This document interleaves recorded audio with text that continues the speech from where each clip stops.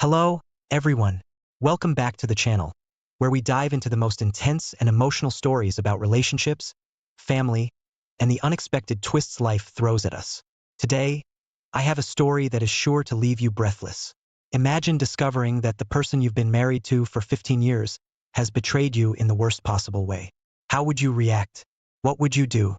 The title of today's story is, After 15 Years of Marriage, My Wife Cheated, My Revenge Left Her Speechless. Let's get into it.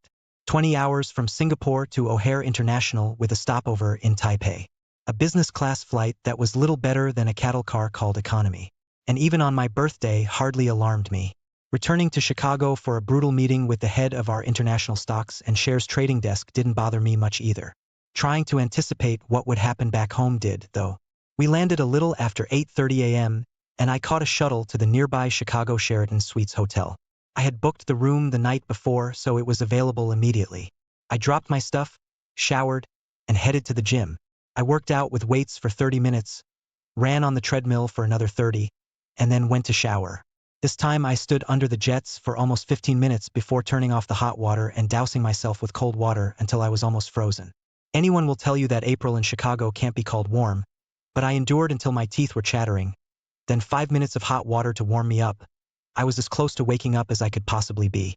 I headed to the restaurant for the American breakfast I'd missed so much for the past 4 months. Between pancakes, scrambled eggs, bacon, and sausage drenched in maple syrup, I drank 4 cups of coffee and headed to J.P. Morgan on Dearborn Avenue, where my appointment was set for 10:30. I took the elevator to the 8th floor, where the private banking suites were located, and walked through the lobby showing my ID. From there, I was escorted to one of the small conference rooms and asked to wait. So that's how they wanted to play it out. There were 2 cameras covering opposite corners of the room, and I'm sure they were watching me. I tossed my leather briefcase and laptop onto the table, ignoring the polished wood, and walked over to the window. I stood there staring out at the street without moving. They left me there for more than 17 minutes. I know because I reached 1020 Mississippi. In all that time, I didn't move an inch. During my many trips to the Far East and Southeast Asia, I learned a few things. One of them was face. Not to be afraid or show weakness no matter what. Joe Rutledge, Vice President of International Stock and Commodities Traders, walked in, followed by Samuel Young, our corporate lawyer. If it had been just Joe, the meeting would have turned into a brainstorming session on fixing the problem and plugging the bleeding. If it had been Samuel alone, it would have been about how to cover the bank's ass in legal terms. But it was the 2 of them, so someone was going to get fired, and that someone was me, Adam. It wasn't without a handshake. He gestured to his seat, and they decided to sit across from me. The battle line was drawn. What the hell happened in Singapore? It wasn't really a question. We sent you there to provide stability for the young ones, and instead you approved the purchase of $300 million worth of stock in a brand new company listed on the Singapore Stock Exchange with no data other than they claim it's a good idea. Yes. Yes to what? Yes. His face turned from ruddy to purple and a vein protruded on his forehead. Perhaps you'd care to elaborate? Look, Joe, it's all in my report. The CO prospect was top-notch. They dotted all the I's and dot all the T's. The management team from top to bottom is made up of experts in the field with nearly 200 years of experience. In addition, the project itself is 50 years in the making, and those numbers have been confirmed by Deloitte and KPMG. Besides, the oceans have been fished dry, and their aquaculture project is one of the most technologically advanced on the planet and backed by real know-how and capabilities. Then why is their share price falling? He exclaimed. They went public at $17 a share, and now they're trading at $9.55. He tapped his finger on the table. And what did you do? You went out and bought more. Yes, because there will be a rebound, and if the price reaches $25, as my team and I are forecasting, we'll have half at $17 and half at $9.55. That's a potential profit of $267 million. That's almost 90% profit. He didn't understand the whole picture. Joe, we own 25% of all shares. We are the single largest shareholder. A company that's failing. He shouted, sputtering with saliva. That's because the Chinese and, to a lesser extent, the Thais and Vietnamese are short-selling to either sink the company because it's in direct competition with their own fisheries and threatens their near monopolies in Southeast Asia, or to buy it for next to nothing and expand their position in the international fish trade. I prodded him across the table. We need to have the courage to stand our ground. It's just a failure. He shook his head. This isn't the crazy 80s and 90s. We need to trade on confidence and maintain a positive risk ratio. This is all in my report. I pointed it out again. Your report is nothing more than 50 pages of wishful thinking, he accused me. Anyway, it's not just my decision now. The council has approved my recommendation and you're out. And so it was Samuel's turn to let me off the hook. The offer was 3 months' salary and almost 30 days of accrued vacation, effectively giving me almost 5 months of pay. In addition, they would cash in my stock options and pay the difference between the issue price and the current price. All in all, I would walk away with almost $800,000, but with a ruined reputation and zero prospects for future employment, other than at McDonald's or KFC.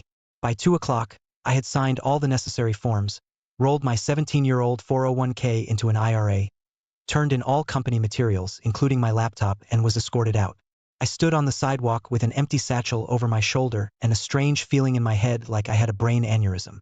I hurried to catch a cab to get back to the hotel, and my imagination vividly pictured me dying in the street with strangers pointing and staring at me. Once in my room, I grabbed a whiskey mini from the bar, mixed it with 7-Up and poured it over ice. Blasphemy. I know. I sat down to contemplate my options. I was 42.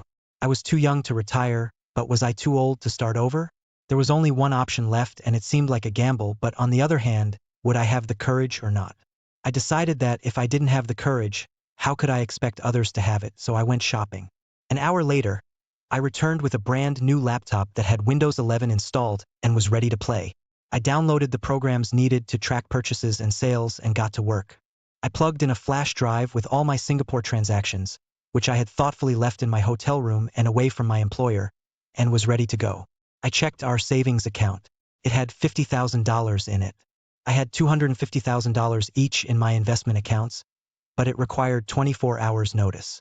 I did so, then sold some blue chip stocks I owned and calculated that with my salary and option payments, I would hopefully have over $1,200,000. The money was due in the next 2 days, and I transferred almost the entire amount into an offshore trading account called Blue Sky International. By the time I finished, it was already 9 o'clock. I ordered a hamburger and a beer from room service and pulled out my phone. It had been off for over 36 hours. That was the longest it had been off in a long time. I considered turning it on, but I was mentally exhausted and incapable of dealing with all that was ahead of me. So I gave it up and instead lay on my bed watching the news. I switched to another channel to see how the world markets were doing, but there was almost nothing I wanted to know about. Whiskey, beer, hamburger, whiskey. Eventually, the jet lag caught up with me and I passed out. The next morning, I had a very early breakfast as my internal clock was still going off. I drank my coffee and turned on my phone. It burst with messages. Help Dad, Mom is having a breakdown. It was from Dean and Katie. The message was longer, but the gist of it was this. What's going on with Jean? From my dad. Happy birthday and why aren't you answering your phone? From Jean's parents. Happy birthday, Dad. From Dean and Kathy.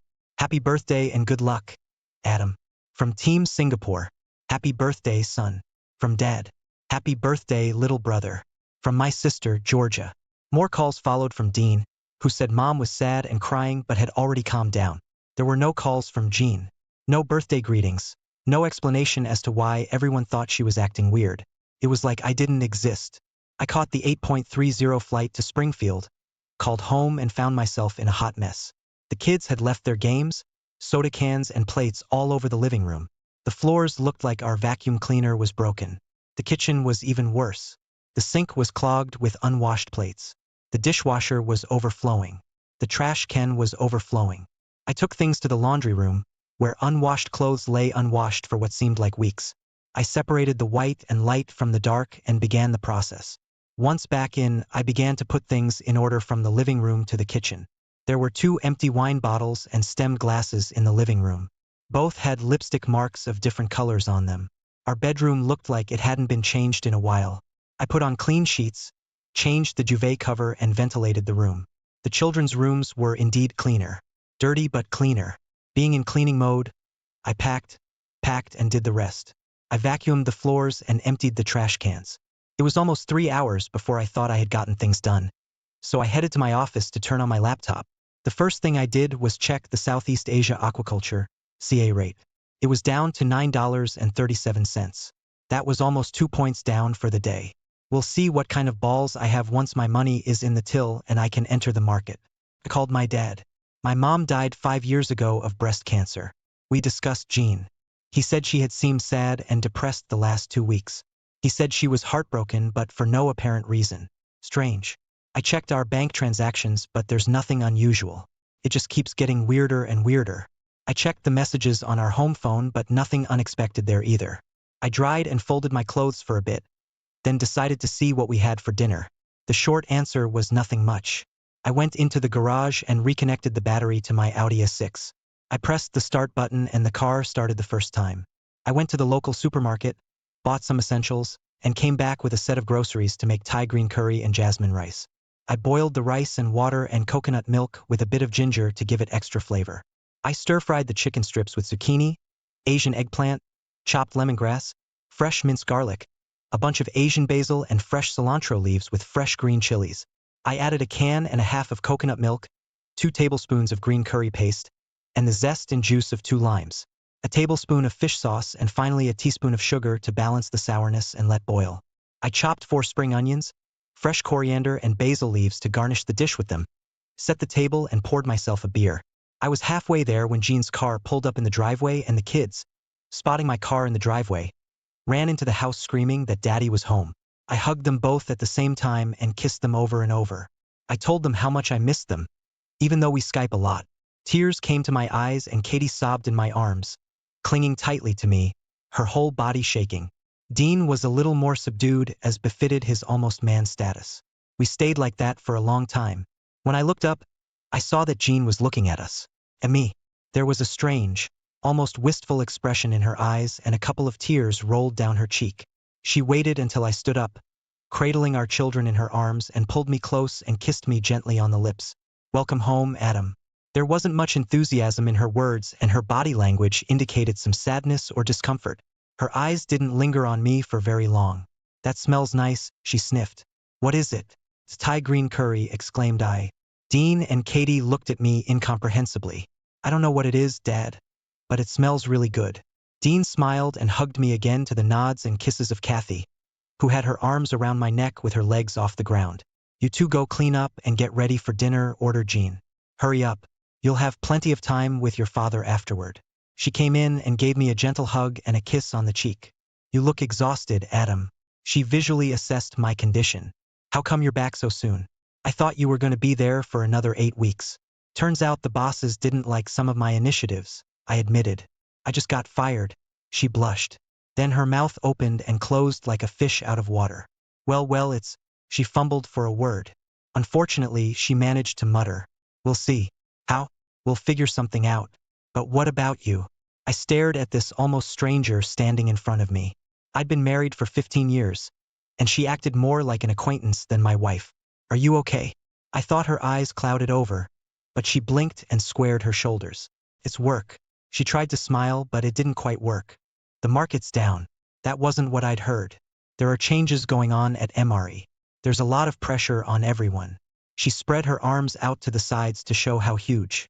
At this point, the kids washed up, came down the stairs, and rushed back to me. "We'll talk later." She turned toward the kitchen. We gathered for a meal. I served and arranged each plate, then poured Jean and me a cool California White. Dean insisted on a can of Mountain Dew, and Kathy asked for water. We sat down at the table and ate dinner as a family for the first time in 4 months. I told the kids stories about Singapore, about the lifestyle and some of the activities I was involved in.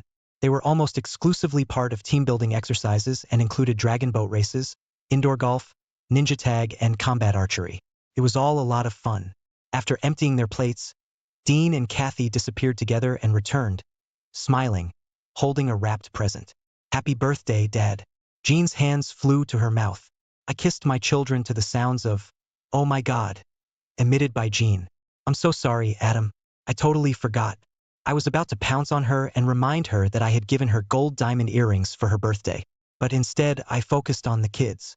I opened my present. It was a Brothers in Arms set.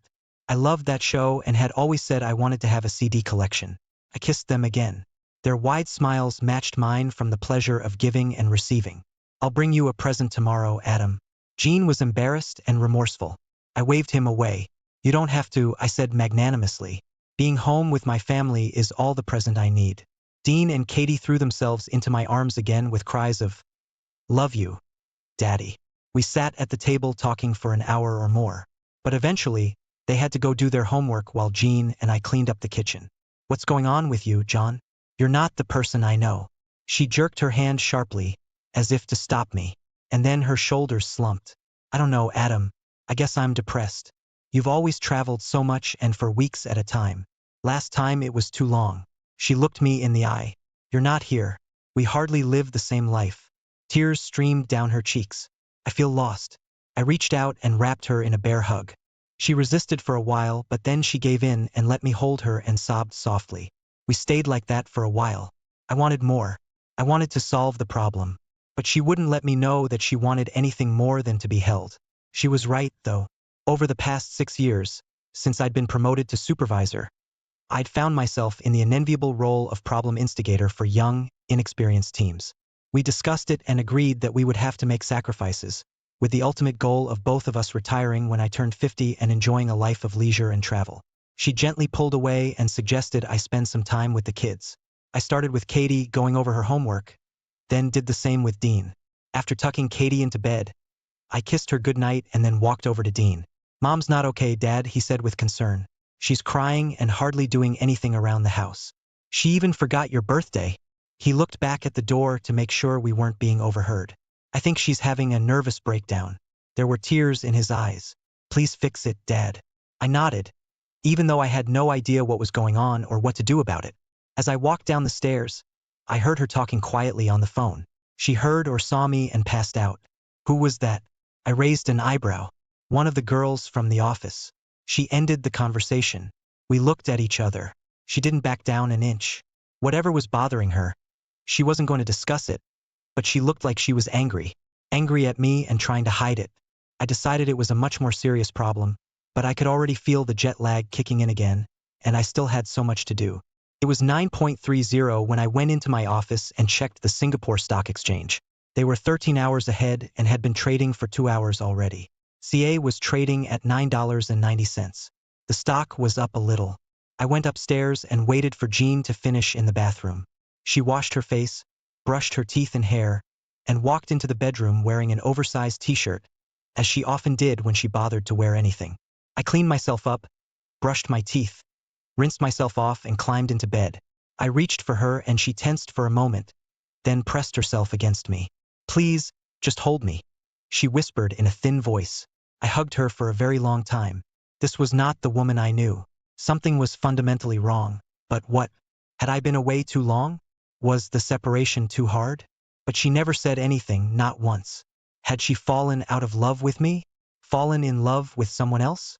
Had an affair? And then I had a terrible thought. What if she's sick? What if it's a terrible disease and she doesn't know how to tell me? All these thoughts swirled without end. But finally the jet lag and all the high emotions of the last 2 days took their toll, and I fell into a heavy sleep. I had dreams in which I chased a nameless and unknown shadow but couldn't catch it. I woke up at 4:30 still feeling tired and sick. I decided to go for a run and promised myself to buy melatonin pills from the pharmacy to bring my circadian rhythms back to center time. I was on the road for about an hour, and when I returned, I found Jean gone, carrying a short note asking me to feed the kids breakfast and drive them to school. It was still early, so I went to check my bank account. The money from JP Morgan had cleared and I transferred it to my offshore account. I checked the CEA shares and not only had they lost their previous gains, but they were trading at $8.99. They weren't exactly in freefall, but on an escalator leading downward. I was faced with a choice. Fix my marriage or fix my financial future. Is it possible to do both? I spent as much time as I could with Dean and Kathy and asked them some general questions about what they were doing in the months I was gone. The answer was that it was nothing much, except for some corporate activities with my mom's boss Anthony Miller. They played miniature golf, went to the movies, and out to dinner. Kathy didn't notice anything, but Dean must have noticed my face and jumped up. He was always with his daughter Evelyn, Dad. He defended himself. She always said Mom was such a big part of the company, like we were all one big happy family. Katie nodded in agreement. Yeah, Aunt Evelyn was always with us, she agreed. I smiled at them all and told them I was glad they hadn't stayed home and enjoyed life while I was gone. But now I was back and summer was on the horizon and I wanted us to go on vacation and make the best of it. They nodded approvingly and I hugged and kissed them again. I drove them to school and called a few friends to make arrangements to meet up for the morning. Then I called George Tallis, my old mentor. He was my manager when I first came to the trading floor, and he taught me many unseen trends that no computer program or application will teach you. Everything is driven by greed and fear, he told me over and over again. We talked for a while. He still lived in Chicago and was a registered broker running a small company for a few old clients. We discussed my accreditation. I was registered with the SEC and was a member of FINRA, as well as registered with the Illinois Securities Authority, and had signed an AML, anti-money laundering compliance document. We agreed that I would send him an electronic copy of the SEA prospectus and discuss it later that day. I stopped by the HHS Community Pharmacy located across the street from St. John's Hospital. It was convenient on the way to my first appointment of the day. I was leaving the pharmacy with melatonin and a few vitamin pills when I noticed Jean and Evelyn Miller coming out of St. John's Hospital. They were holding onto each other and looked like two women bound together by a shared grief. I discreetly watched them as they walked with their heads down and shoulders bowed, bereft of hope and dreams. They climbed into the Uber that was waiting for them and disappeared into the flow of traffic. What the hell was that? I ran through all the options that had been swirling around in my head since the previous evening, but nothing was coming out. Was my wife sick and didn't tell me about it? Was Evelyn sick? They looked grief-stricken and clinging to each other, but not sick. Neither of them looked sick. Maybe it was a mutual acquaintance? They looked too emotionally attached to the pain to be mere acquaintances. A friend, then? No, more than a friend. A lover? Yes, quite possibly a lover. But a mutual lover? Whatever and whoever it was, they both shared a deep affection. Say it, my mind insisted. Were they in love for each other? Maybe, but that wasn't it. Shit. So now what? So I did the rational and logical thing, or at least as rational and logical as was possible under the circumstances, and went to the meeting. I talked about the possibility of participating in CAA and left nothing out, including getting fired. At the first meeting, Julian Knowles said he would contact me later after he discussed it with his investment club. The second meeting was with Aaron Goldstein, an old-fashioned retailer with a lot of money. He liked the idea immediately, and after spending some time at his computer shifting money around, he agreed to transfer $10 million into my trading account after the paperwork was completed. I was having coffee at Starbucks on Monroe when George called. He liked the prospectus and had a group of interested investors. We agreed on a sliding scale commission structure so that the higher the yield, the higher the commission percentage. I called my dad and discussed the CAA opportunity, and he said he'd like to invest 100 grand.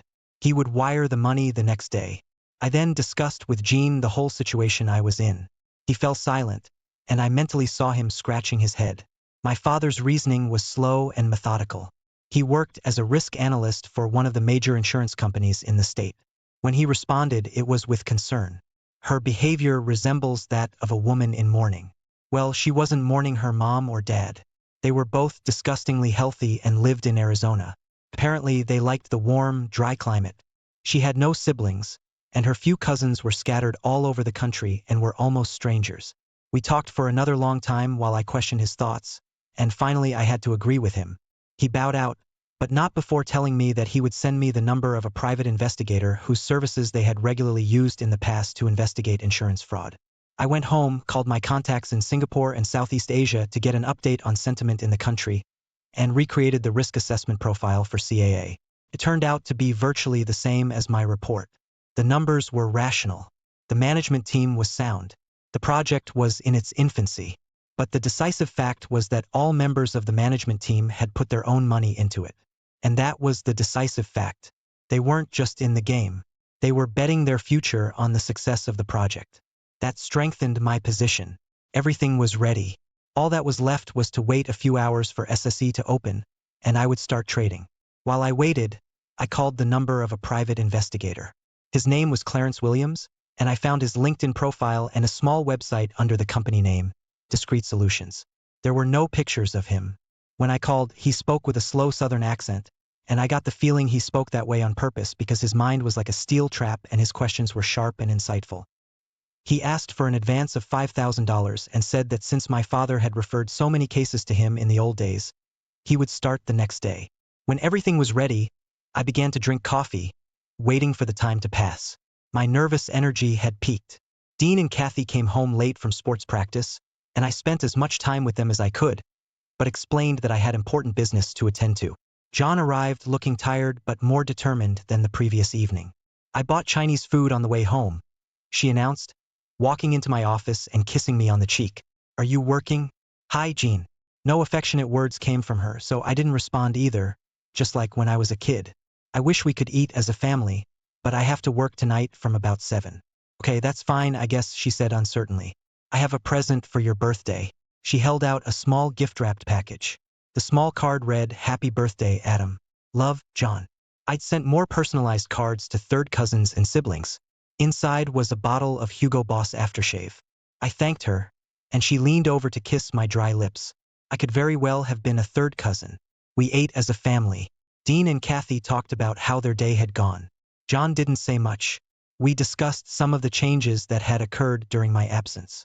Dean complained that the old skate park was closed, and there was less and less for teenagers to do in town. Then Kathy said she thought it was a good thing that Mr. Miller, Mom's boss, had converted the house into a shelter for abused teens. I turned to Jean with a raised eyebrow. Well, yeah, I may have mentioned that, she admitted. Tony wants to set up a conservation project, and this is his way of doing it. She was very superficial in her details, and I sensed she was holding back a lot. I'm surprised.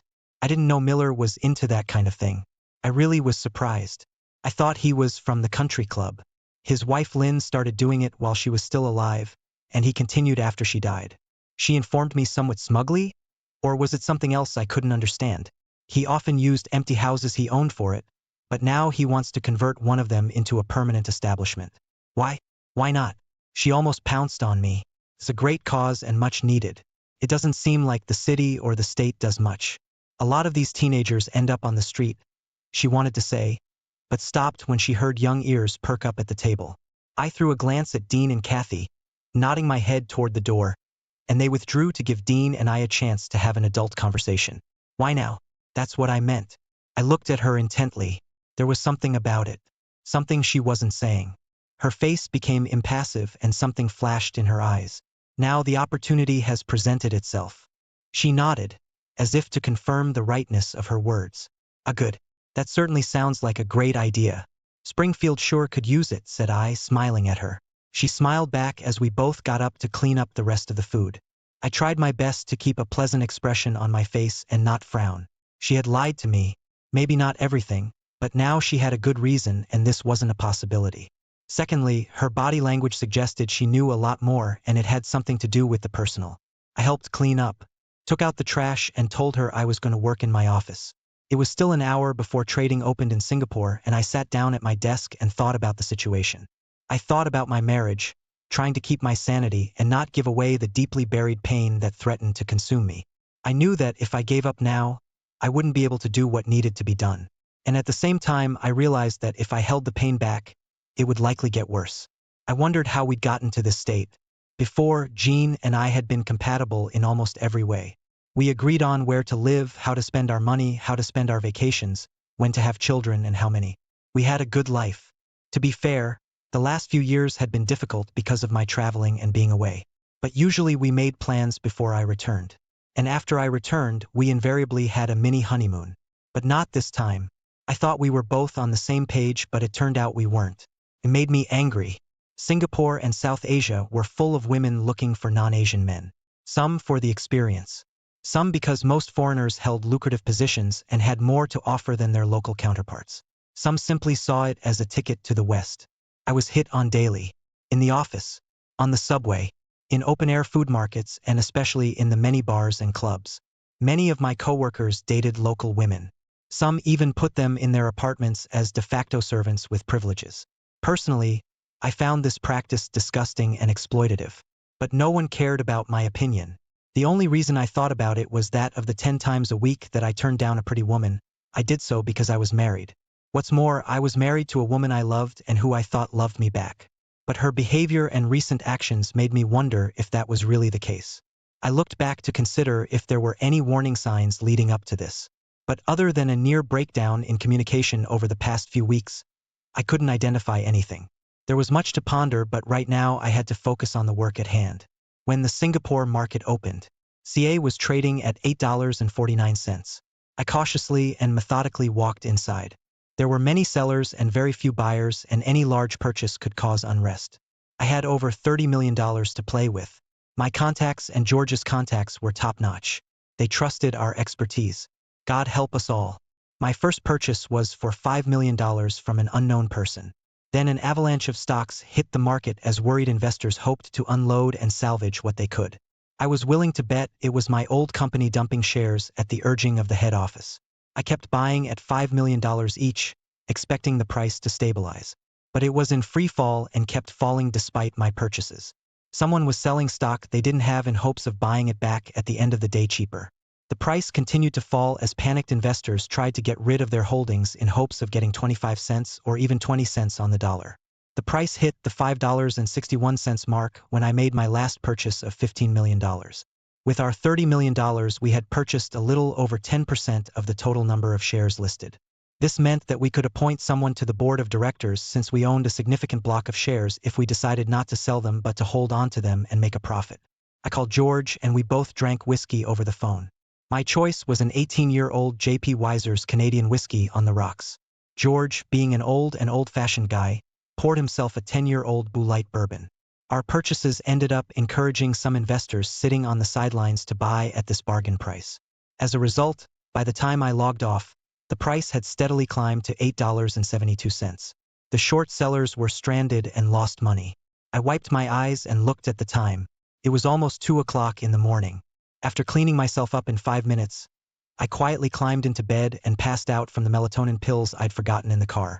I woke up late the next morning. Everyone was downstairs. Dean and Kathy were finishing breakfast. John was on the phone. I heard her say something about time is of the essence. When she saw me, she said goodbye to the person on the phone. Work. She shrugged exaggeratedly. She poured me a cup of coffee. You must have been up late. I nodded, taking a sip. So, did the trade or something go well? I mimicked her and shrugged unresponsively. She had no idea that everything but our house depended on CA. Still early. We'll have to wait and see. I waved it off. Okay. She walked over and kissed my cheek. You still look tired. I'll take the kids to school. With those words, she walked out of the kitchen, calling out to Dean and Kathy as she went. They shouted bye and love you daddy and left. I poured a second cup and headed to my office. I checked the stock price at the close and was pleased to see that they had gotten a late rally as market sentiment turned and closed the day at $10.14. Those who held the stock had to be pleased. Those who were short selling must have bathed in blood. Good. It was time to stabilize the stock and start trading to its potential away from the games being played by hostile entities. I washed my face and started sending out emails and making calls. My first order of business was to catch up with our investment crowd. To do this, I started with the Miller Real Estate website. It was business as usual. A vision and mission statement with testimonials from happy sellers and buyers. There was a section about the company's social responsibility program, the essence of which was to help teenagers in trouble. They called it New Horizons House. They claimed to provide housing, food, training, counseling, and help troubled teens find jobs, finish school, get off the streets. I couldn't find anything else on their website, so I went to Facebook. I found Anthony Miller on Facebook, and it turned up a lot of pictures of his cars and vacations and people he knew and interacted with. There was also a recent group photo from one of the corporate events. The entire MRE team was there. Anthony standing in the center with his daughter Evelyn sitting to his left and Jean on his right.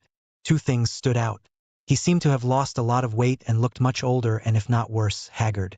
The second thing I noticed was that Jean was holding his hand and looking at him instead of at the photographer. It didn't mean anything because you can read anything into moments like that in a Renoir painting. But still, I looked through Jean's Facebook pages and there was nothing much there but a few old photos and posts of the family, including the two of us, at a time that in my mind had come to be defined as better times. There was nothing but good news about her work, school, and sporting events. Everything was so banal and mundane that it held no interest. The last picture she took of us together was over 2 years ago. On Evelyn's Facebook, there have been a significant number of photos of her with Jean over the past few years. In some of the pictures, she was pictured with Jean and Anthony, but there was nothing objectionable in them other than the fact that they were spending time together. The last messages were somewhat cryptic about the meaning of life and praying to God and the universe for positive results. I had another conversation with Clarence Williams. Please call me Clarence Adam. I've worked with your father for so long that I feel like I know you. I told him I wanted to expedite the investigation. He said he'd try, but it all takes as long as it takes. Then I called my father. His advice was to stop drawing unfounded conclusions and homegrown theories. Let the experts do their job and finally give them time. He put it simply. I found myself in a quandary. Should I contact my wife and start fixing what was broken? Wouldn't that lead to more heartache later if I realized I had been played for a fool? On the other hand, if I did nothing and everything could have been fixed, how hurt I would be if I could have made a difference but didn't. There was a hot lawyer's office in town and I called. I got through to a staff member who advised that it was better to fix the marriage than to divorce. There are very rarely winners, she said. Mostly there are only losers. I had one last card to play. One of Jean's male colleagues owed me a small favor after I recommended some inexpensive but quality stocks to him. He had last worked at MRE about 6 or 7 months ago, but I decided to elicit some information from him. He worked for a competing real estate company but was free for a late lunch, so we met at Red Robin for burgers and beers. Chad walked in wearing his trademark golf shirt, chinos, and Dockers with a pair of sunglasses on his head. If he tried, he couldn't have looked more like a realtor. After pleasantries and general chatter while eating burgers, I got down to business. He laughed when my intentions became clear. So you're out fishing at him? I nodded. Why? I'm trying to understand something about MREs. I limited my explanation. Something came up that's been bothering me. He turned serious. Everything changed when Tony lost his wife to cancer. He seemed to lose his drive for a long time. Then his daughter became the driving force, and over the next year or so he seemed to find himself again. He paused and looked at me shrewdly. Your wife and he became very close. She was sometimes referred to as his office wife. He paused to gauge the effect he was having on me, and I gestured for him to continue, for my throat constricted, and I feared that if I tried to speak it would come out as a croak. I didn't see anything inappropriate, but you know how cruel office gossip can be. He scratched his head. One thing I can say is that Tony, Evelyn, and your wife spent a lot of time together, but you weren't home that often, were you? I shrugged helplessly. We talked about the subject without adding anything new. He was about to leave when he suddenly remembered something. You do know that Anthony was rumored to have been diagnosed with cancer, right? We said goodbye, but I stayed and called St. John's Hospital. I presumptuously asked what room Anthony Miller was in. It turned out that he was in a private room in the oncology ward. I paid for lunch and headed home. I had a lot to think about. This evening went much like the previous two, except that after cleaning up, I went outside with a whiskey and a charcuterie. For a while I sipped and puffed away. The neighborhood was quiet. Jean came out with a glass of wine in her hand. Can we talk, Adam? Shoot. You went on the MRE website, she accused me. Apparently he was a little more advanced than I expected. I guess if they intercepted visitor data, they could use it to make contact. And? I want to know why. Why what? Why did you go to the company's website? What do you expect to find? I assume you've also checked everyone's Facebook page? She glared at me, daring me to say the wrong thing to start an argument or start a confrontation. We'd been married long enough for me to recognize those signs. What did you expect to find? Exactly what I found. I made a poker face. And what was that? Why are you questioning me, Jean? I'm not interrogating you. Feels like you're spying. Social media pages hardly qualify as private space. I laughed and she blushed. Evelyn said you also went on her Instagram, she accused. Really? Yeah, she took a deep breath and tried to pull herself together. Why are you acting like this? How? Like this right now? Why do you think that, Jean? I looked at her stone-faced and blew smoke in her direction, knowing how much she hated it.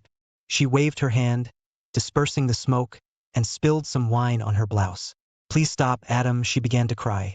In a normal situation, I would have enclosed her in a hug, but not this time. Why are you crying, Jean? I looked at her without emotion.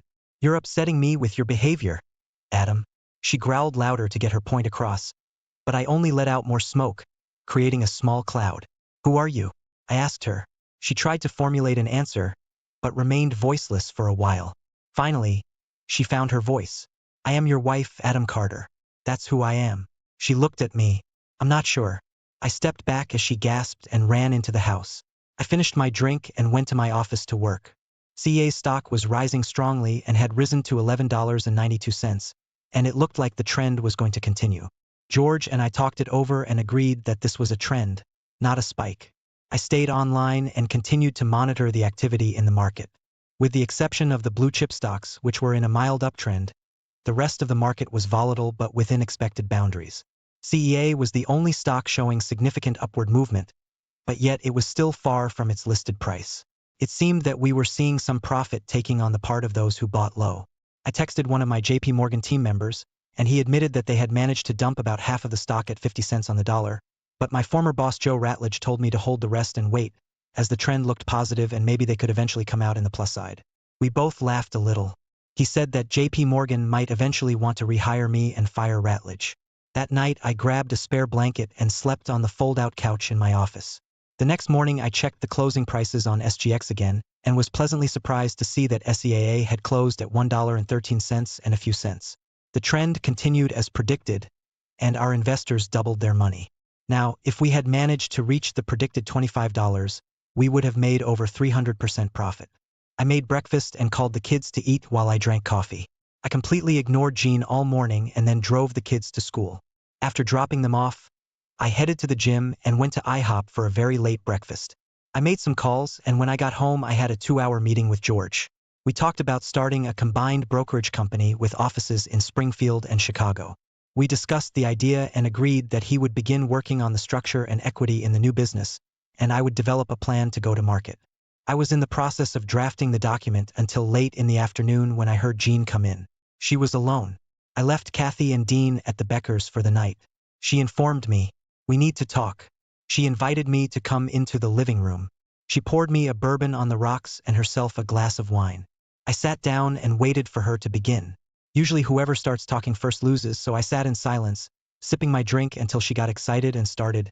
"I don't know what you think I've been doing while you've been away, Adam. I haven't thought about anything yet." "Well, you're being very disrespectful and ugly to me." The woman was right about that. "Is that how you feel?" I raised an eyebrow. "Disrespectful?" She started to nod, then realized it was hypocrisy and took up the water. "I'm sorry, Adam. You're not home anymore. We're like two strangers." She snorted with some satisfaction at her terse description. "So after 17 years, we're strangers because I've been gone for 4 months? All the Skypes, all the texts, all the phone calls didn't matter? There was a lot of pressure on me and you were far away." She wiped tears from her eyes. "But you're my husband and I'm your wife, and that's all that matters." She flashed her eyes, daring to contradict me. She stood up and withdrew. I sat there sipping my bourbon, wondering if this woman had lost her mind. I heard her cell phone ring as she spoke, unable to make out the words. Soon all I heard was the murmuring of the water in the bathtub. It was some time before she came downstairs. She was wearing a soft knitted gray dress that ended a palm above her knees, a pair of black shoes, and a single string of pearls I had bought her in the Far East a few years ago. "Go take a shower and get dressed," she told me. "I'll make a reservation at the Chesapeake Seafood Restaurant." I was ready in 15 minutes. I dressed with the feeling that she was on the phone with someone again. I ignored my instinct and bit my tongue. We drove to a restaurant where she started with a gin and tonic in the lounge since Jean had discovered gin. I deliberately beat her to it by ordering a Singapore gin sling. Later, when we were seated in the dining room, she ordered a hot pot of mussels and I ordered half a dozen oysters in a half shell for first. We drank Chardonnay and talked about the kids. She didn't seem very concerned about me losing my job. "You're one of the smartest people I know, Adam. I believe you'll find a job quickly." She smiled at me. Apparently she had no idea that I was now a pariah in the corporation. "Anyway, our savings will help us get by until you get settled." I almost snorted with laughter and concern. She had no idea that our entire future now depended on my stubborn unwillingness to admit that I was wrong about CA. Nevertheless, the evening got better, not worse, as we discussed friends, parents, and the usual everyday topics that are the foundation of any marriage. She asked about some of my former coworkers she met at company parties. I shied away from talking about MREs until I had some information. Then it was time for the main courses. I ordered the captain's platter and she ordered the lobster. She treated me to wine and I drank it, wondering if she was trying to get me drunk. Because if she was, she had succeeded. The evening passed easily as we basked against each other. I have to say that if she was having an affair or cheating on me with someone, she did a great job of showing me how much she missed me. She caressed my hand, looked into my eyes, and was 100% attentive. We finished our meal and headed home. I woke up to the smell of coffee and bacon. I pulled on my sweatpants and went downstairs. She was making scrambled eggs and bacon and English muffins in the toaster. Apple juice was on the table and coffee was boiling. We ate breakfast together and she told me about what needed to be done around the house and in the backyard. After that, she got dressed and went to get Dean and Kathy. I was in the backyard getting ready to start a little cleaning up after the winter, when I noticed my phone ringing. Answering the call, I hummed along to the radio. It was Clarence Williams. "Can you talk?" he asked, and my life turned to solid shit. We arranged a quick meeting at a coffee shop downtown. I left my work unfinished, cleaned myself up, and walked in. He was waiting and waved when he recognized me. He was nothing like I expected based on TV shows and movies. He was a small, unassuming man. He was no more than 5'7" or 8. Thin, gray-haired, and balding. He wasn't very swarthy, but he wasn't one of those light-skinned black men either. He was wearing dark pants, a shirt, and an old sports jacket. Even his shoes looked like they were bought at Walmart. All in all, he was a nobody. He probably drove a Toyota. However, his high-end cell phone didn't match his outward image, and I inwardly smiled. He had clearly cultivated that image of an unremarkable lowlife.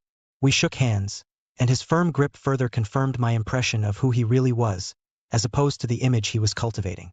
He cut to the chase without further preamble. "Let's not beat around the bush, Mr. Carter. We didn't catch your wife at the hotel or in any secret meetings." He held up a hand to prevent me from intervening. "But we have ample corroborating evidence that she's been having an affair with her boss Anthony Miller for at least 2 years. That seems to be an open secret in the office. Of course, his daughter Evelyn knows about it and not only condones it, but facilitates it in every way possible. They met regularly during the week, and it seems that when you weren't home, she would often leave the children with friends and move in with him herself for the weekend. He was hard and relentless, trying to lay it all out before I exploded, or whatever it was I was going to do." His voice began to lose volume as my pulse quickened and drummed in my ears. My hands clutched at the table like I was having a heart attack. It's one thing to think your wife is having fun with another man, and quite another when it's confirmed by a near stranger. Clarence kept talking, but I could barely hear anything. I was still burning inside and struggling to pull myself together. "Besides, Mr. Miller has been diagnosed with a very aggressive pancreatic cancer, and he only has a few months to live." "What?" I tried to realize what was that. I said that Miller has been diagnosed with metastatic pancreatic cancer. He's now undergoing therapy for the second time, but it doesn't seem to be working. This confirmed what Chad had said and what I had discovered, but I didn't know that the cancer was incurable and inevitable. I finally understood Jean's behavior, her state of mind. Everything said she was in pain because she was mourning the man she loved. She was trying to come to terms with his impending demise. I told Clarence about Jean's behavior and how I thought it all connected. Not because he was my friend. Not because he was my confidant, but because he was here in front of me, and I just needed someone to talk to. My initial impression of Clarence's hidden depths was confirmed by his next words. "Many cheaters try to minimize their actions by saying it was just sex, or that it meant nothing, but that's nonsense, Mr. Carter." He took a sip of his almost cold coffee and made a grimace, then looked at me again. "Cheaters don't just do it. They're invested in each other and in the relationship." He frowned, as if fishing the words out of his memory. "Women need to feel loved.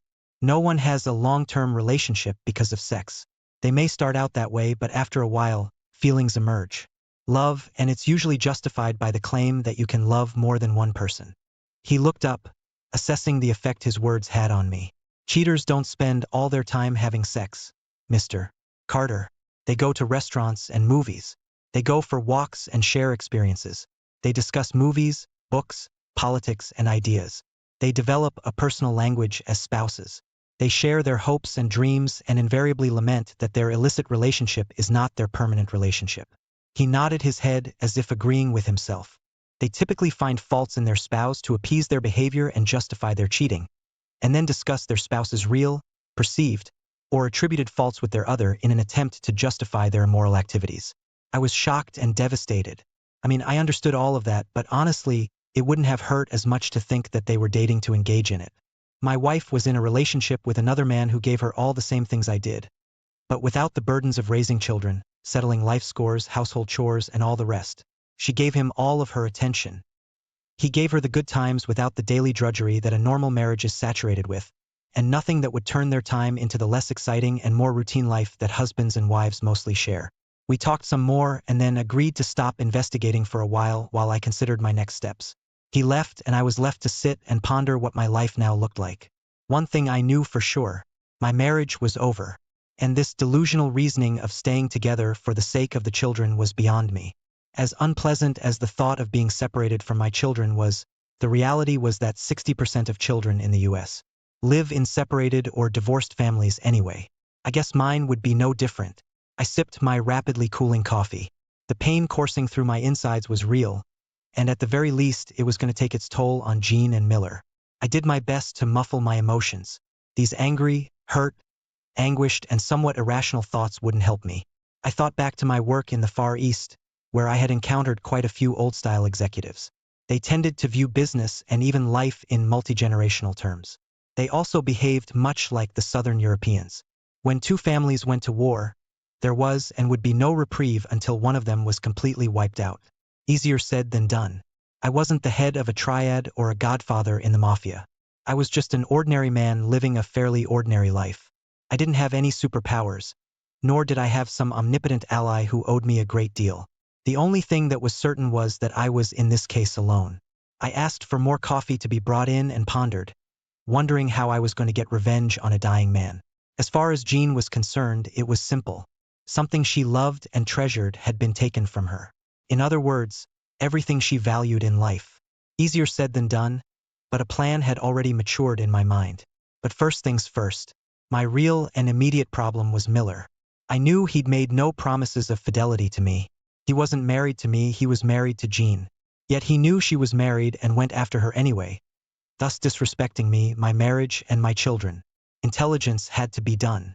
My anger, fueled by pain, began to flare up again.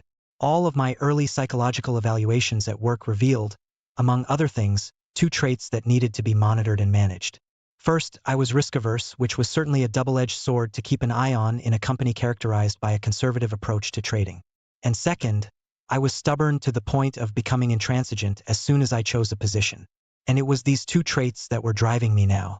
I retaliated regardless of the consequences, and I would not back down until one side was defeated. Even if that side was me. The embryo of a plan began to form in my head. I called Clarence and, without going into detail, asked him to find as many troubled women as possible that the Millers had helped through their program. It wasn't a fully formed plan. It was mostly just another fishing trip, but I was catching big fish. In 2014, I was transferred to our Kenya branch for 3 weeks, and on a free weekend, I joined a local team for some deep-sea sport fishing in the Indian Ocean.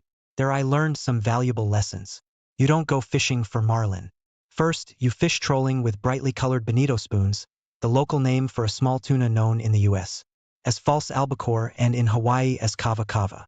You lure the live musky fish toward you, then thread a line through it, bait hooks along the length of its body, and catch a marlin using it as live bait. On that trip, I was both successful and saddened to see a marlin fighting for its life, and vowed that it would be my only attempt at big game fishing. But the lesson learned from catching the marlin gave me a plan. I drove home, doing breathing exercises until I came to my senses, and could pretend I was in the same mood as before. She still wasn't home, and I went about the business I had left undone. Later, she came back with Dean and Kathy, and we fired up the grill and cooked steaks and corn on the cob with coleslaw and warmed baguettes. I spent the day as an active father and a dutiful and loving husband. I was two people living in one body, a warm and loving man on the outside and a cynical bastard on the inside. Cynical Adam decided that since her lover was dead and she feared I might put two and two together, she was trying to do damage control. I was clearly her backup plan. My time with Dean and Kathy was as real as my time with Jean, like a B-movie, but she genuinely believed it. Cynical Adam told me to keep that in mind after the divorce when I was looking for women to hook up with. The next few days turned into a strange existence in which I was simultaneously living a lie and watching myself play my chosen role. I wondered if movie and television actors have similar experiences watching themselves on screen as a character. On a positive note, George and I sorted out the new trading organization, registered it in Singapore, and transferred the entire SEA portfolio there. But that wasn't the only good news. SEA was trading at $16.33 after the roller coaster ride to market and climbing upward. We had already more than doubled our investment, and as I had hoped, were looking at a threefold return. Given how easily I had sunk into my psychopathic personality, I became paranoid, so I added some significant security measures that required a fingerprint and password, as well as encryption of all my files and emails. I always turned off my laptop and completely deleted all emails that didn't come from George without opening them. Then I would also upload everything I wanted to the cloud and reformat my phone, completely deleting everything and then re-uploading what I needed. After that, all that was left was to research other interesting stock listings and call potential investors I knew from JP Morgan in anticipation of me making an offer to buy some of their business. The only thing I wasn't too worried about was the non-compete clause, as the layoff made it mostly invalid. My marriage front went quiet while I waited for the ammunition to arrive, and it arrived on Thursday in the form of a flash drive from Clarence. The handover was done at a different coffee shop than last time because my paranoia was at an all-time high, albeit for no particular reason. He made a list of 14 women. It was everyone he could find. There were brief biographies and some even had old photos attached. 5 still lived here. One of them worked as an escort, a prostitute to be exact, so Miller's intervention didn't help her much. She had a number. I went and bought a cell phone, then called her, and we arranged to meet at a motel on the outskirts of town. She said an hour was $100 and I would have to pay for the room. She arrived on time, 2 o'clock in the afternoon. She was small, thin, and tattooed. Her name was Layla, and she stood in the doorway. "Show me the money." Those were her first words. I pulled $200 out of my pocket, placed the bills on the bed, and gestured for her to sit down. I raised my hand to stop her. "How do you feel about making 1,000? I asked, but she jumped up, grabbing her bag. "I don't do shit, mister." "No shit," I assured her. "I'll pay for the information." "What kind?" "I want to know about the home for abused and vulnerable women you were in a few years ago." She wasn't sure, but after some thought, she agreed and told her story. Briefly, she said that she left home as soon as she left school because she hated her stepfather and ended up on the streets. Eventually, having lost all hope, she began selling herself for food and lodging. One John, when she didn't want to do what he wanted, threw her out on the street like trash. She was found by passers-by who called the police. They took her to the hospital, and someone contacted Mrs. Miller, who offered her a place in the house once she was discharged. She stayed there for almost 6 months, she said, until the rules and regulations bored her and she left. She finished her story and we looked at each other in silence for a while. Her story was typical, though no less tragic. I wondered if what I was about to do would be another case, but the need for revenge took over everything else. "So, when you lived in this house, were you bullied right away or did it start later?" She blinked rapidly, trying to comprehend my question. She started to shake her head no, side to side, then froze. I could see the gears turning in her head. "How much?" "I think 5,000. I began to negotiate. "Why?" I thought about it for a few minutes. She may have been an uneducated prostitute, but her negotiating skills were good enough for any corporate boardroom. "Miller ruined my marriage and I want to destroy it." I looked at her for signs of hesitation, whether she'd do it for the money or for the greater good. 20,000? She smiled grimly, watching me like a hawk to gauge my reaction. I hesitated, figuring out how plausible she could be. She smirked, looking at me. "What? I can see you pondering whether spending 20 grand on an unimportant person will help your cause." Damn, this young tattooed woman was on a roll. She leaned toward me and we ended up nose to nose. "Give me a 25 and I'll show you the power of the Me Too movement in action." I told her we had to plan it out and arrange how the money would be transferred. She told me that she wanted the money so she could get a fresh start elsewhere since she had a little girl and needed to get out of the business. I offered her honestly that if it worked out, I would set her up with a job in Chicago, and her eyes lit up. "For real? For real? You're tricking me just to get what you want?" She looked both hopeful and scared at the same time, like a child who is about to reach for the candy, but knows it could be taken away at any moment. I managed to reassure her that everything was fine. We agreed that she would do what she promised and we would meet to discuss next steps as soon as she was ready. We exchanged numbers. I gave her my phone number and asked her to save it under Jerry's name. I begged off and phase 1 was complete. At home, I continued my dichotomy of inside and outside, and Jean seemed to keep buying into it. To be fair, she too was focused on the Miller legacy project to notice much else. I was getting inside as much as I could without making her suspect anything and getting information about how far the project had gotten. We cooked and ate together like old times. During breakfast, she said she'd be busy helping set up New Horizons house and there would be a grand opening on Monday at 10. I already knew about it. It was written about on the company website and social media. I feigned interest and without appearing to, questioned her. Turns out they were planning to have the mayor and his entourage cut the ribbon. A whole bunch of local media was also supposed to be there, as well as the CBS television station. Did they stop the chemo and radiation so Tony could feel well enough to attend? I heard her ask. Probably Evelyn's. I didn't hear an answer. It's going to be a life-changing moment. She sobbed slightly. Not if I had anything to do with it. Time to turn up the heat. My divorce papers were ready. All that remained was to get permission to file them. Illinois was a no-fault state in 2016, and there were no laws allowing me to sue Miller for loss of affection either. So it was a matter of irreconcilable differences. I started the day on SGX. Our stock had reached its issue price and was rising, albeit in small increments. A good start to Friday. I had a coffee and tuned in to the WMA radio station.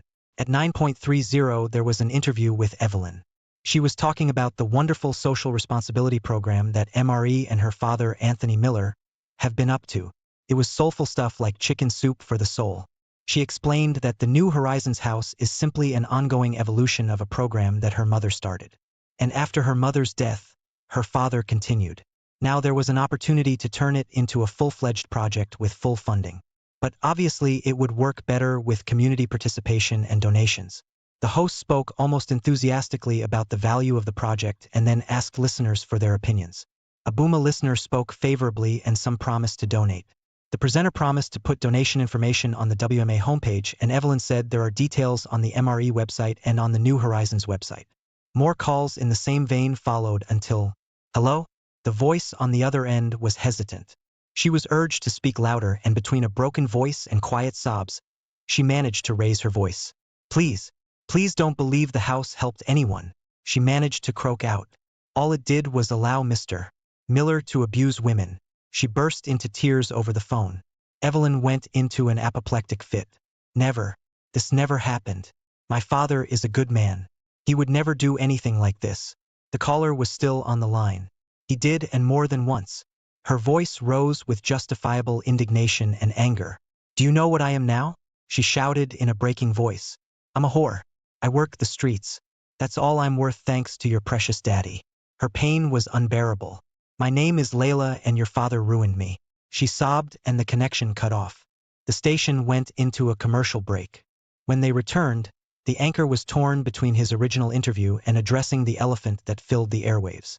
Evelyn was stunned by this turn of events and tried to explain that it was nonsense and that her father was a good man who would never do anything like that. It was obvious that she believed that, but then again, we all want to believe the best about our parents. All the lines were ringing with people both scolding and praising Layla. One said, "What you'd expect from a whore. She's clearly trying to make a buck." Some wanted to ask questions of Evelyn, while others suggested that the authorities, whoever they were, should intervene. The talk show host was no fool. It turned from a little low-interest story into an emotional maelstrom with listeners adding their opinions on what was real and what wasn't. The furor reached its climax when a well-modeled voice came on the air. "My name is Rita. I don't want to give my last name on the air." Her voice was shaky but determined.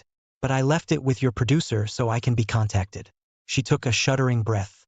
"Anthony Miller abused me too," and the remarks went off in different directions. A listener called in to WTX to discuss what was happening on WMA. In the next minute, the line was filled with pro and con voices on each side. A short time later, a woman called in. She spoke in a thin, frightened voice. "I'm a married woman with children," she cried, "and I had hoped to put all this behind me, but Mr. Miller has been harassing me too." She broke down and sobbed on air. "I'm so sorry. I'm so sorry. I promised I wouldn't say anything. But I can't live with this. I was young and I needed help and he made me do anything to him. Couldn't say no. I didn't know how." She disconnected. There was a long silence before Master could say anything. It sounded like he was crying. I called Vicky, an old high school friend who works at the local newspaper and anchors the news for 2 regional radio stations. I asked if she had heard about what was going on at WMA and WTX. She had. I told her I was concerned because my wife works for MRE and the New Horizons Home Project. I asked her opinion. She wasn't sure but was going to look into the matter. She said if it was true, it would be the biggest abuse case in Springfield in 2 generations. By lunchtime, the story had gone quiet on the air. None of the radio hosts wanted to offer an opinion. However, social media and Twitter in particular went wild. At first, opinions were split 50 and 54 and against. But within hours, it turned into a fierce which hunt and woe betide anyone who sided with Miller. Hundreds and then thousands of women took to the platforms to tell their stories of abuse from a variety of sources. Some were detailed. Others were nothing more than an admission of Me Too. Some were so graphic that they could be categorized as X-rated. Within hours, it was impossible to distinguish truth from nonsense. The information went viral and spread not only across states but entire continents. I passed out with a massive headache. I reached for the Tylenol. The day was early and the kids were still in school. From the stress and emotions I had experienced, I was sweating and feeling dirty. I undressed in the laundry room, walked naked to the shower, and collapsed under a stream of warm water. I sat down and cried like I hadn't cried since my mom died. In fact, I cried harder. Losing my mom was a knife to my heart, but it was a knife to my soul. I had crossed a line that could no longer be crossed.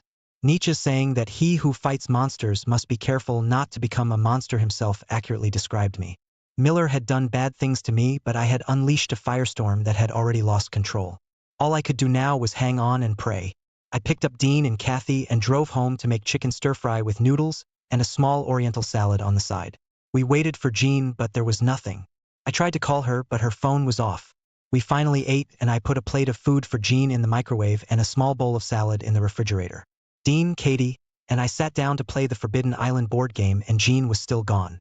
By 10, the kids had gone to their bedrooms, and I was alone in the living room when she came in. She looked like she'd just been through the ringer.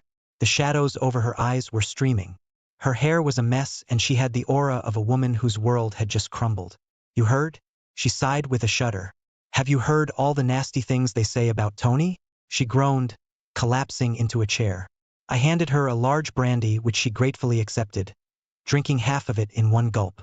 "Yeah, sounds like your boss is a predator," I told her in an even emotionless voice. "Where there's smoke, there's fire." "No, Adam. He's a good man. He would never do anything like this. Time to get to phase 2. Jean?" She looked up from her brandy. "You obviously didn't know the man very well." "You don't know me." I turned the screws. "You and I have no secrets. We're husband and wife, so you know what I'm capable of, just like I know you." I held her gaze. "You may know Miller as your boss, but who knows what he's really like." I watched the conflicting thoughts and emotions play across her face. No, he's a good man. He would never do anything like that. I would know." I threw her a helplessly confused look. "But how is Jean? How do you know? I mean, he's your boss, your coworker. He could be hiding a million secrets. I haven't interacted with him that much, but I always felt like he was hiding something. He's the kind of guy you wouldn't leave alone with your wife or daughters." She sighed. "And has he ever tried anything with you?" She turned white, and I pretended not to notice. No, never." "How can you even ask that?" She tried to snark at me, but ended up just looking dumbfounded. "Because you're a pretty woman, Jean, and if what they say about him is true, he must be very immoral." She burst into tears and looked deeply into her glass of brandy, but found no answers there either. She finished it and headed upstairs tiredly. She said hello to Dean and Kathy and said goodnight, and then I heard the shower running. I finished my cognac and headed to bed. By the time she got out of the shower, I pretended to be half asleep. She came downstairs in her robe. I climbed out of bed and made my way to the landing. She was talking to someone. From the sound of it, probably to Evelyn. She repeated nightmare several times. Then she asked, "But why? Why isn't there more than one woman saying she was attacked?" Finally, she said she didn't think it would go away easily. How right she was. She made a second call. "Hi, Tony," I heard her say. I caught snippets of phrases where she kept telling him that everything would be resolved, and it was some big misunderstanding. I barely heard her remove herself to the kitchen, but I caught her last words. "I love you too." I heard the microwave beeping, and she spent some time alone, probably snacking. By the time she got to bed, I was asleep. Saturday, I woke up first and made breakfast and then drove Dean and Kathy to sports practice. When I got home, I was on the phone with Vicky. She informed me that another woman had applied, and there were 4 so far. She also told me that her sources in the mayor's office said that the entire project was now considered toxic and was being distanced from it. A number of civic associations soon followed with denials. By mid-morning, the Attorney General's office had issued a statement that they would conduct a full investigation into the matter. By the time I got home, it was gone. The SGX exchange was closed, so there was nothing to do. I talked to George about business and to my father about the state of my marriage. He agreed that it was irretrievably broken. He said he felt sorry for Dean and Kathy, but like the rest of the kids in the US, they would learn to cope. I called Jean. Where are you? Evelyn and I and the company lawyers are trying to fight these nasty lawsuits. Are you sure you should get involved? I colored my voice with concern. The spillover could be significant and you don't want to be in it. She resisted as I knew she would, but all their lawyerly entreaties went nowhere. On Saturday afternoon and Sunday, which were the busiest days of the show, MRE had less than 20% of its previous attendance. By Monday morning, the phones were ringing off the hook with calls of canceled and withdrawn sales orders. The opening of the New Horizons home was postponed until the negative publicity was over. That Monday, another woman made herself known in an unusual way. This woman was married to a wealthy businessman and was well known in the community. According to her, she spent a total of 8 days in the house before she gave them her name and they contacted her parents. During that time, the man she knew as Mr. Miller abused her twice. She left her lawyer's details for all the women who had been assaulted by Miller to contact him so they could file a class action lawsuit. By the end of that week, 5 things had happened. First, Miller was interviewed by the district attorney at the hospital, after which his condition deteriorated. Second, 3 of the 5 women came to the police and testified. All of them claimed to have been assaulted. Interestingly, all of the assaults occurred within a short period of time, about 5 years ago. Third, the media storm escalated to the point where MRE closed its doors until further notice. Jean naively told me every night about how Evelyn was trying to keep the business going while vendors were leaving and taking customers with them. Fourth, CA had passed the $24 mark and I was slowly throwing blocks of shares onto the market, which were quickly snapped up without lowering their price. We made back our original investment and still owned 2/3 of the stock. To put it bluntly, we sat back in complete delight. My dad took Dean and Kathy out for the weekend. I was on my way back from a small boutique where I bought a chilled bottle of 2012 vintage Verve Clicquot. I was ready to celebrate with Jean number 5. I noticed a BMW X5 SUV with the MRE logo on the doors parked in my driveway next to Jean's Lexus. I stopped and walked into the house. They were in the living room. Jean was crying and Evelyn was stroking her back and generally calming her down. Ladies, I saluted them, walked over to the cabinet where our crystal was kept and pulled out 3 champagne flutes. They stared at me dumbfounded with open mouths as I tore off the foil, twisted the wire to remove the cage and popped the cork with opulence. Then I filled 3 flutes copiously and handed them each one. They were both in a sort of stupor as if their brains were tilted and accepted the proffered glasses. Salute. I raised my toast, drank half of mine and burped. Then the shouting began. Jean, you're divorcing me? I thought we were a family. I noticed an open envelope with divorce papers lying on the coffee table. Evelyn, how could you, Adam? Don't you care about your wife? Don't you love her? Have a drink, Jean. We're celebrating the end of an era. I finished the rest of the champagne and reached for the bottle. Hello, Evelyn. First of all, I could and I did.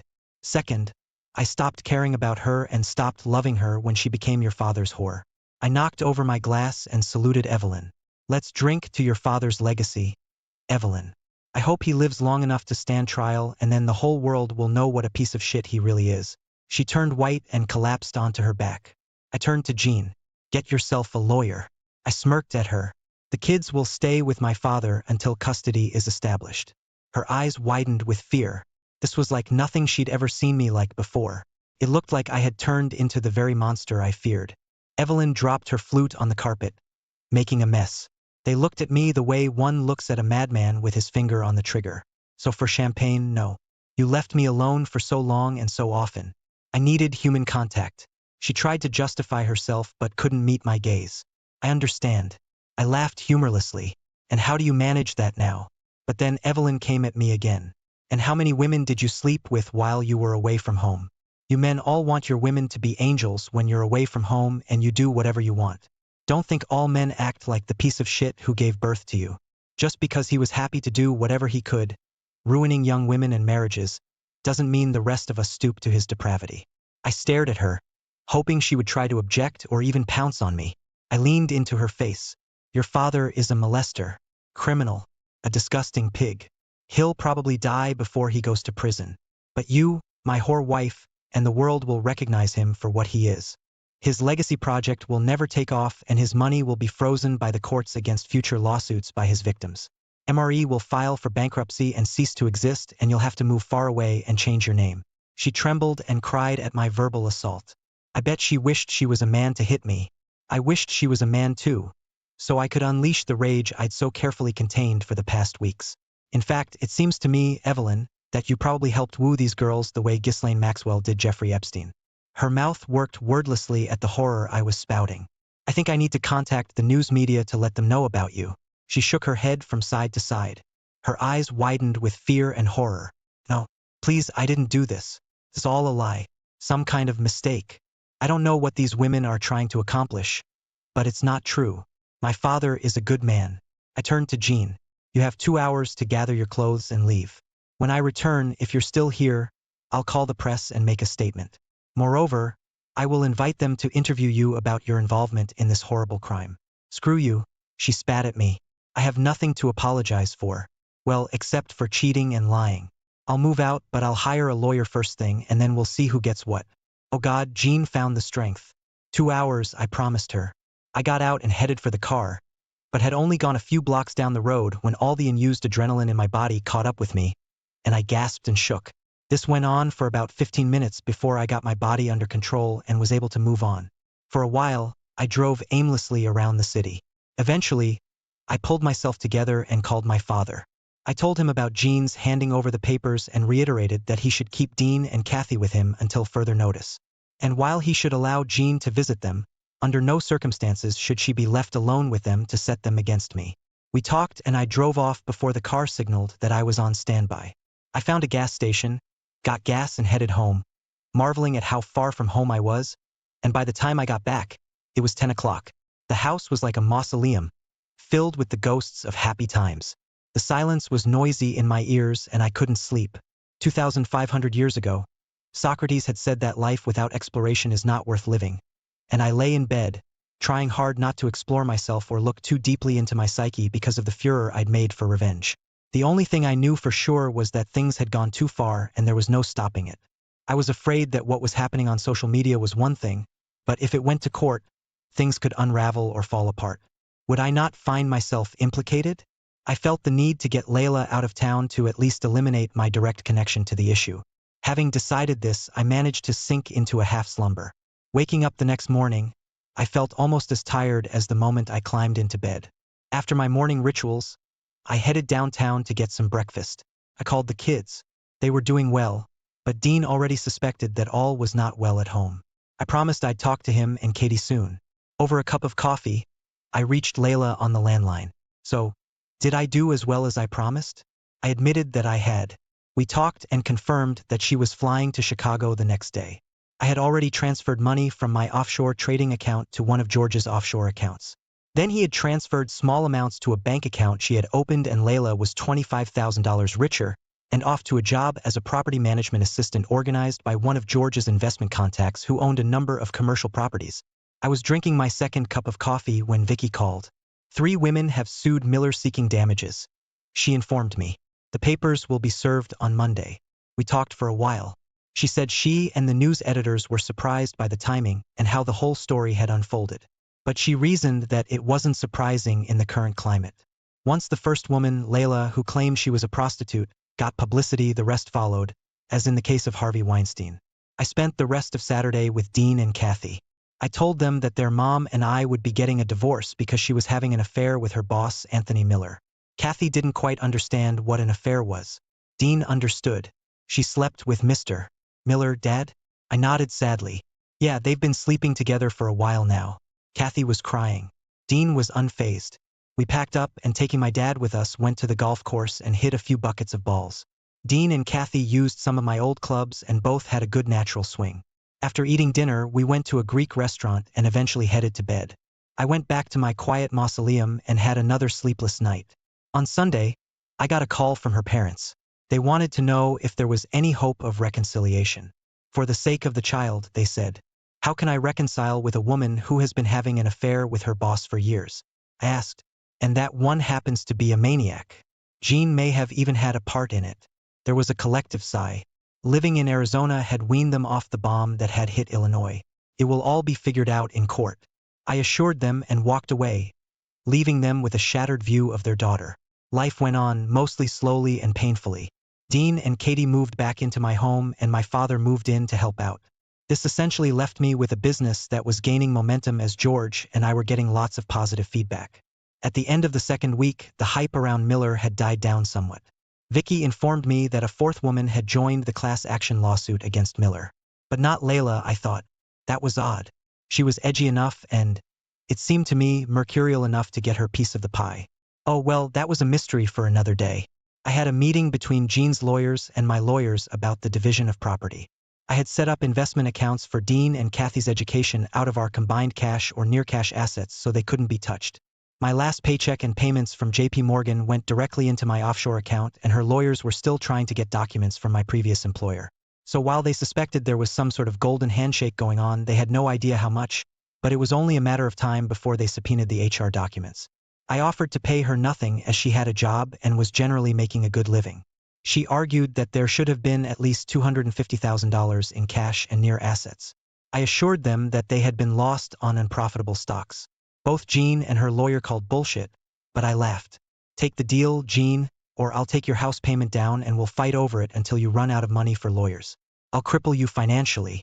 Why are you being such an asshole? She looked at me. I deserve half of whatever is left of our marriage.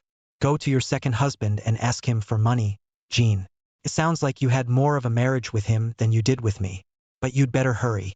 He may not have any money left after those poor assaulted women get what he did to them. I wish I could say it was all over after that. But it wasn't. Not at all. It dragged on for months. But most of the cards were in my hands and righteous anger kept me going. She hesitated from meeting to meeting. At one, she was saying that I made the whole relationship between her and Miller look much more serious than it really was. At the next meeting, she blamed me for her behavior. Then she wanted to know why we had to get a divorce and that we couldn't work it out. The next time I heard from her that she was going to give me to the cleaners? At another meeting where I refused to give in, her lawyer said he would get her back in the house immediately. I gave her my biggest grin I was capable of. You better be careful around me, Jean, or I will go to every possible media outlet to expose your complicity in this. She lost her white and turned gray like a heart attack victim. Try it and see what happens to you next. As I left the lawyer's office, I noticed Evelyn sitting in the foyer. She was glaring at me angrily.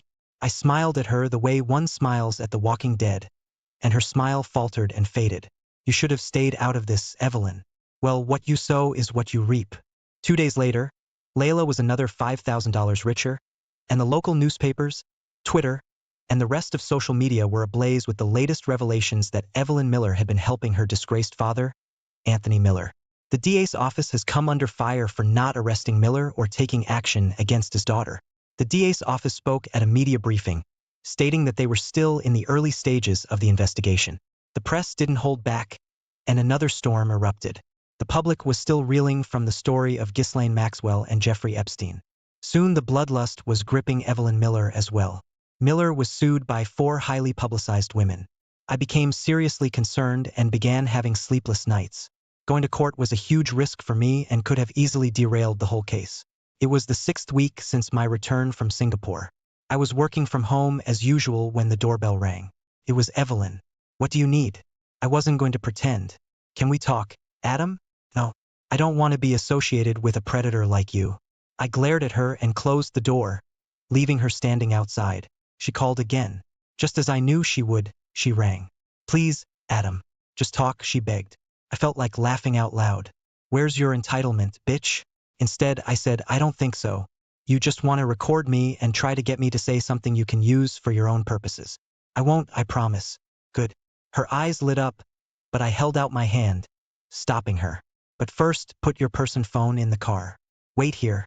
I closed the door, unobtrusively set my phone down, and pressed record. Okay, talk. I let her go and moved to the nearest couch. She looked unsure whether to stand or sit, but I motioned for her to sit across from me, and she sat on the edge, as if she might rush off at any minute. She brushed her loose hair out of her face and pulled herself together. I know it's you, Adam. You're the one who created this whole nightmare. I just stared at her without emotion. She probably thought I was a serpent in her Garden of Eden. Stop it now, Adam. I just sat there looking at her in silence, and she changed the subject. I know you were hurt by Jean's affair with my father. Whoever was hurt, but this nonsense about my father subjecting women is a lie, and it needs to stop. It needs to be disproved. I laughed in her face.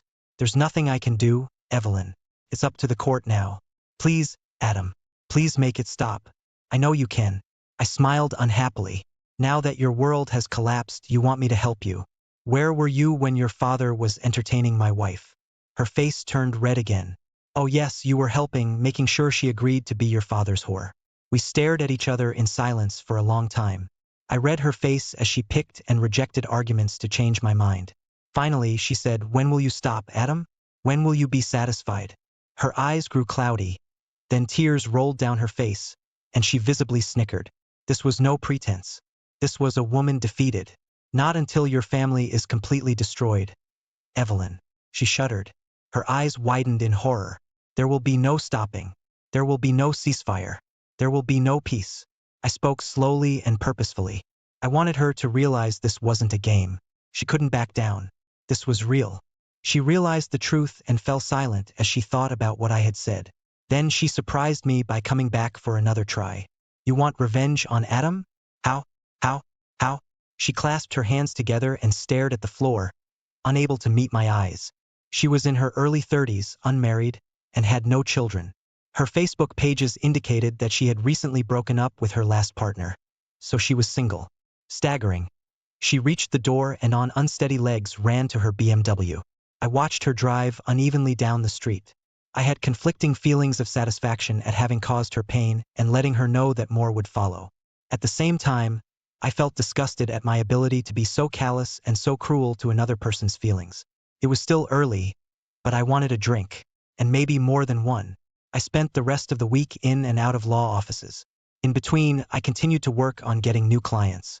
There was a listing on the Hong Kong Stock Exchange for a small IT company that looked promising, and a listing on the Johannesburg Stock Exchange for a natural gas exploration company drilling in the Indian Ocean off the coast of South Africa and Mozambique. George and I were completing due diligence before presenting them to a group of investors. The 4 women's class action lawsuit against Miller was in full swing. The Millers, led by Evelyn and her attorneys, were trying to mitigate the situation and reach an out-of-court settlement. The district attorney could not make up his mind how to prosecute a man on his deathbed, so we all waited with bated breath. I heard the Millers had been cleaned out of almost every penny. All the real estate owned by the company was sold, and the women got over $2 million each. The amount was not disclosed, but it was huge. It was effectively the end of MRE. I needed one more thing to complete my revenge, so I went to the hospital and entered Miller's room, looking official and walking as if I belonged to him, and no one had challenged me. I was there to make sure he knew who had ruined him, his legacy, and his whole life. He lived for 2 more days. Evelyn had him cremated. There were only 5 people at the small gathering after the cremation. One of them was Jean. She wanted to take Dean and Kathy with her. I told her I would see her dead first. You would, wouldn't you? She looked at me with a mixture of fear and hatred, very similar to the one Evelyn had during our last meeting. I didn't realize you were so vindictive. You ruined him. It was you, wasn't it? She cried. And for what? Because he and I had a relationship. You went crazy and ruined so many lives. Tears rolled down her face. I laughed harshly. You're the one who planted the seeds, Jean. You? Why didn't you just tell me you wanted someone else? It would have hurt me, but it would have been honest. We could have gotten a divorce and that would have been the end of it. But you chose to neglect me and that was unacceptable. For a moment, she became thoughtful. I love Tony, she admitted quietly. He gave me what I needed. When he was with me 100%. With you, I always felt like your job came first and I came second. She rummaged through her purse, found a pack of tissues, and wiped her eyes. Then, when we had Dean and Katie, I wasn't even in second place. It was your job, the kids, and I got whatever was left. She looked me in the eye. I needed someone to put me first for a change. I could have walked away and left her with my happy memories. But I didn't. I pulled out my phone. Listen to this. Was it worth it? She heard me say. No, he wheezed. You ruined everything I spent a lifetime working for. I laughed harshly. It's your own fault, Miller. I screwed you up big time. How? How did you find out? What? How did you find out about me using them? There was a long silence while I tried to comprehend what I'd said. And then I started laughing and couldn't stop. I dropped my phone. Then I finally got my laughter under control. I didn't do it. I started laughing again. Oh, miracle. I didn't know, Miller. I thought I was making it all up. But now I realize why those 4 women pursued you the way they did. All it took was one little crack and then it all burst. Screw you, Carter. He wheezed, panting. Those women owed me. He tried to sit up to show he still had some bravado left. Jean collapsed to the floor and fell into catatonia. I walked away. She was no longer my problem. Epilogue. When MRE was getting rid of assets as fast as they could to free up cash, I bought the house they were converting into New Horizons house for next to nothing. Took some effort to get all the players together, but everything fell into place as if it was predetermined. As soon as the deal was signed and sealed, I took out ads in the local papers and went on the radio announcing that I had purchased New Horizons house and would turn it into a full-fledged shelter for abused women.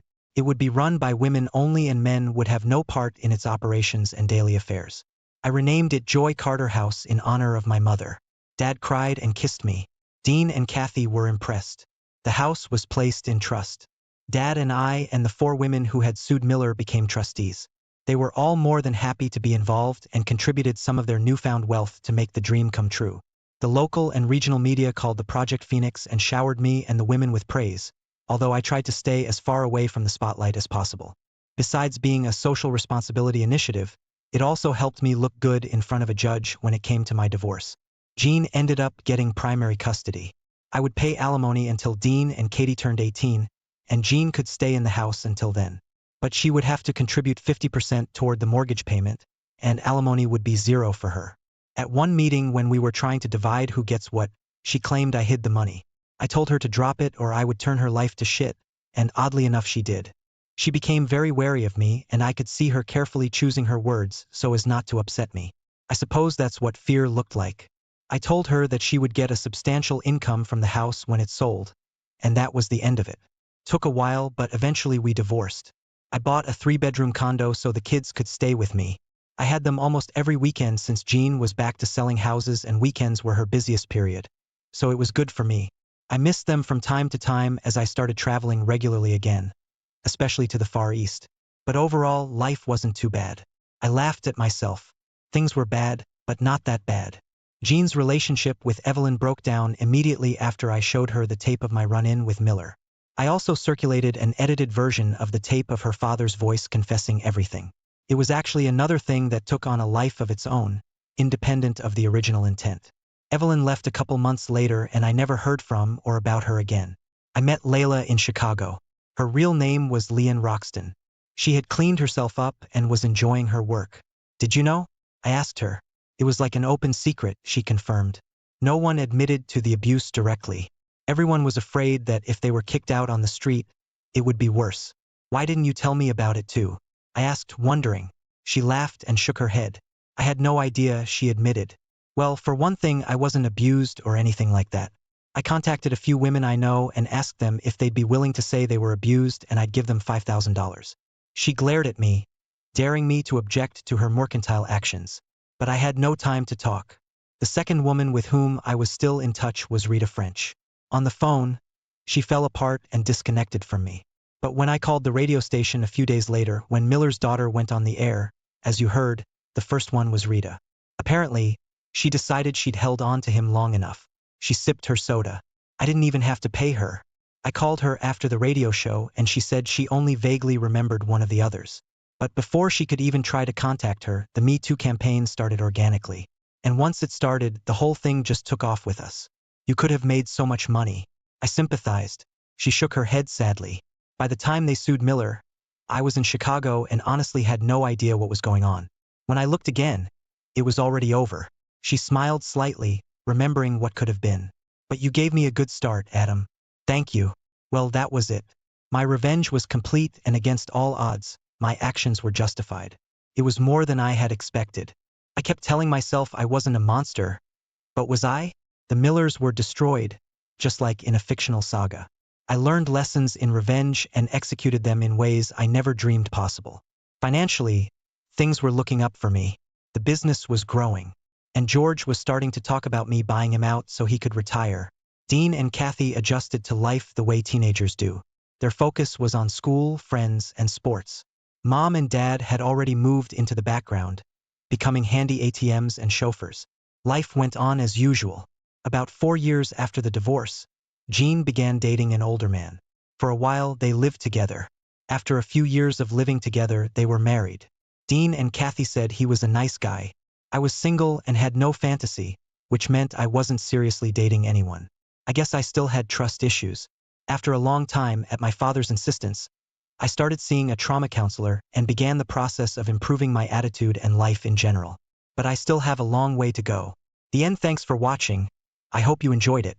So subscribe to my channel and watch the next video. What an incredible journey of emotions and retribution. If you were as shocked by this story as I was, make sure to hit that like button and share your thoughts in the comments below. Don't forget to subscribe to our channel and click the bell icon so you never miss another thrilling story. Thanks for watching, and stay tuned for more tales that will keep